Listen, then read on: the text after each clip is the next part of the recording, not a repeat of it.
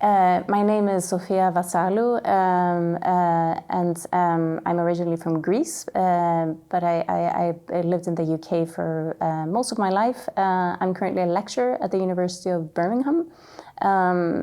I sort of have a colorful background. I have had a long-standing interest in Arabic and Islamic studies. I've done a lot of work on ethics and theology in the Islamic context. And I've also had a number of philosophical interests. I've been especially interested in the idea of wonder and what it means, its different expressions. And I've also been very interested in translating different kinds of Arabic works into English, which is my effective mother tongue by now. I guess I have been interested in translation for as long as I can remember, from my university days, when I think one of my first dissertations was on Ghazali and involved carrying out the translation of one of his works. It is also one of those exercises that one uses in learning a language. I think it's a very good exercise to speak a language better and to internalize it better, and I've used it for as long again as I can remember in my own sort of self-improvement practices. But it has been mostly in the last 5 years that I've made sort of more concentrated efforts in which have been in different. I've been interested in different kinds of Arabic works. So I have translated the work for which has brought me here today. I translated with Professor James Montgomery of Cambridge University, the work al-Hawamil والشوامل, which is co-written, in some sense of co-written, by Abū Ḥayyān al-Tawḥīdī and Miskawayh, the philosopher. And I've also translated a shorter novel, contemporary novel, by the Kuwaiti novelist Ismail Fahd Ismail, who died a few years ago. The novel called Sabiliyat, which made it to the short list of the International Prize for Arabic Fiction a few years back. And I really loved the book, and I ended up translating it. So these two works have been my main sort of contribution. My main they represent my main work in translating from Arabic.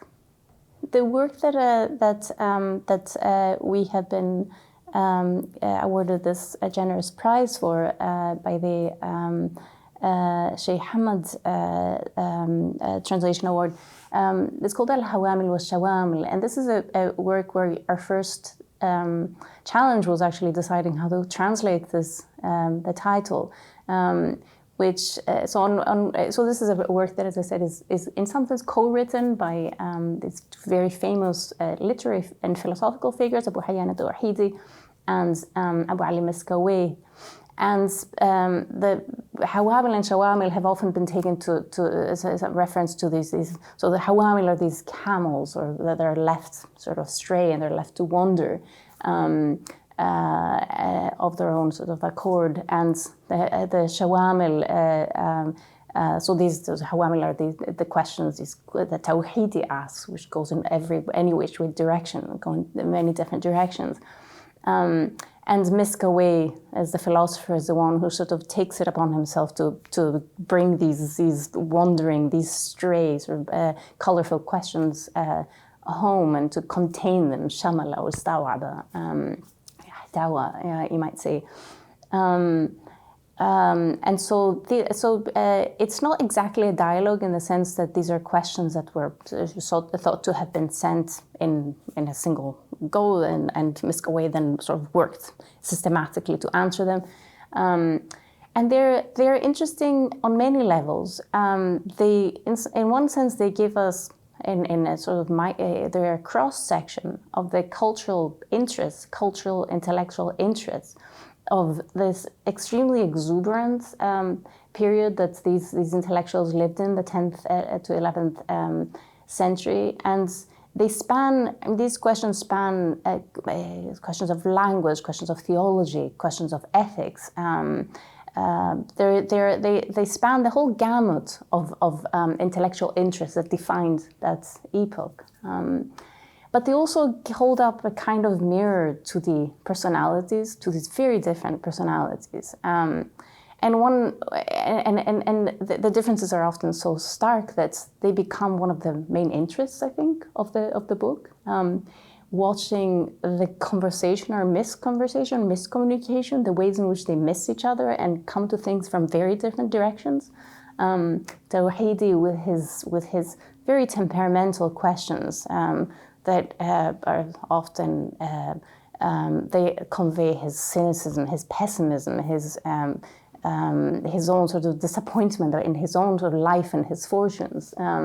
His kind of very keen and acerbic view of human life and human behavior, and also his almost childlike wonder in certain at certain things that the ordinary person would simply take for granted. Things like, why is it that when you laugh somebody and you see somebody laughing, it sort of infects you? It's infectious. Why is laughter infectious? Why is it that we hate listening to the same thing being said twice? Why is it that we long for the past, even when the past has been filled with suffering and sadness?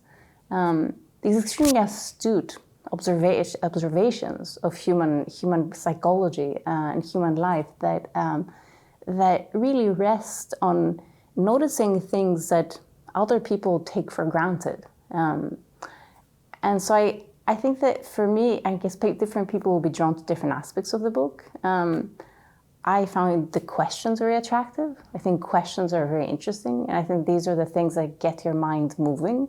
There will be, though, another set of readers that will look at this and find it interesting because it gives a kind of snapshot also of a certain philosophical view that Miskawayh presents in these little capsules, question after question. And this is, I keep forgetting what is the total number of these questions in the book, but it's an anthology of it's dozens of questions. And so you can dip in, dip out, and get a sense of the whole epoch, the whole intellectual epoch, how the different personalities that are expressed in this work. So I feel like a lot of different readers can take very different things from it. I faced a lot of challenges with this translation. And my translation experience has been not the longest one, but I have to say that I walked away from this book with a greater sense of restlessness and sort of discontent than I did walking away from, for example, my translation of Asabiliyat, of this novel. I wrestled with this language, and I guess this is a process that's different with the language of the authors, and I guess that a lot of translators, particularly translators of classical works, have to wrestle with. And I should say that this kind of how to negotiate these challenges is one of the main issues that preoccupies the organization that. Essentially that supported this project, which the Library of Arabic Literature, because its mission is to find ways of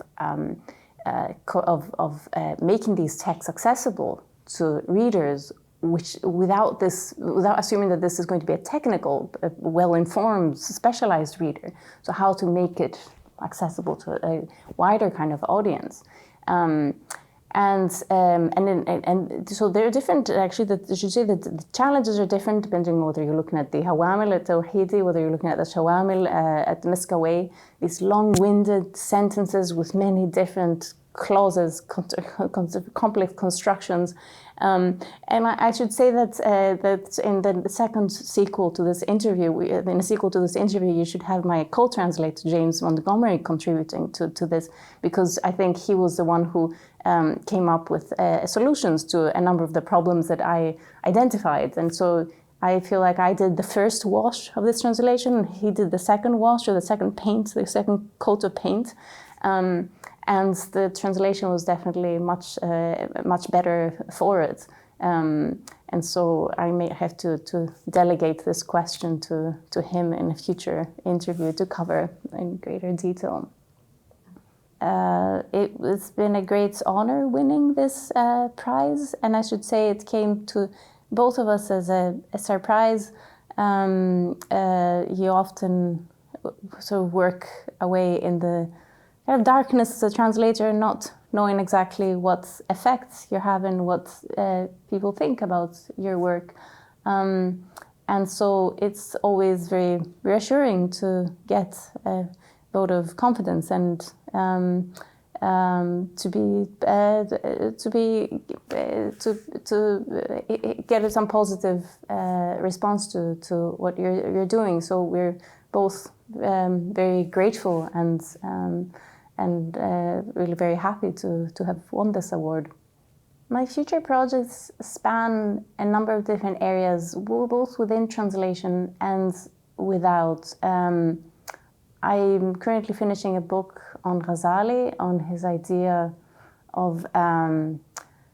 that acquiring good character means imitating God's character, which seems like a very sort of bold and kind of somewhat outlandish idea to some people, التخلق بأخلاق الله, as it's often phrased in this Sufi philosophical context.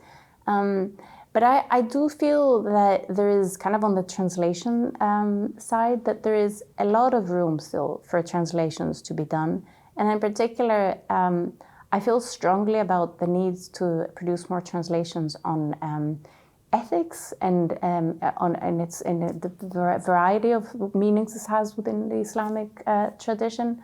And one of my future ambitions would be to produce something like kind of a reader or like an anthology of texts on Islamic ethics from the classical period. But that it's a thought that may or may not see the light sooner or later. I hope it does. It is difficult to answer a question about so when you ask what does a language mean for you, or what does Arabic mean for you? Because in the end, the languages we learn they're not just abstract languages, they become deeply enmeshed with the things that we read in these languages.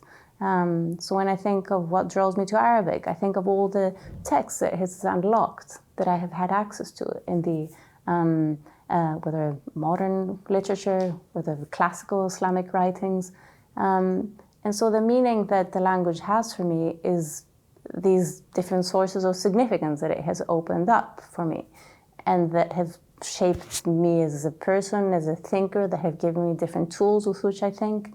Anyway, this opens out to larger questions about what we get out of the texts that we study in the different languages that unlock them for us, and why do I, as a non-Muslim, study Ghazali or Ibn Taymiyyah or the Mu'tazila? So I feel that these broader questions about what is the meaning of a language have to be taken together with even larger questions about the meanings of the texts that we use them to unlock. And in the end, I think the answers to a lot of these questions will be personal, will not be sort of these general, universal answers. It will be what you took away from reading a novel of Naguib Mahfouz, what you took away from reading a chapter of the Ihya Ulumuddin. It will be so all these building blocks, these different ideas that become internalized as part of you, and that you wouldn't have had if you hadn't had the keys, the language keys, to access them. So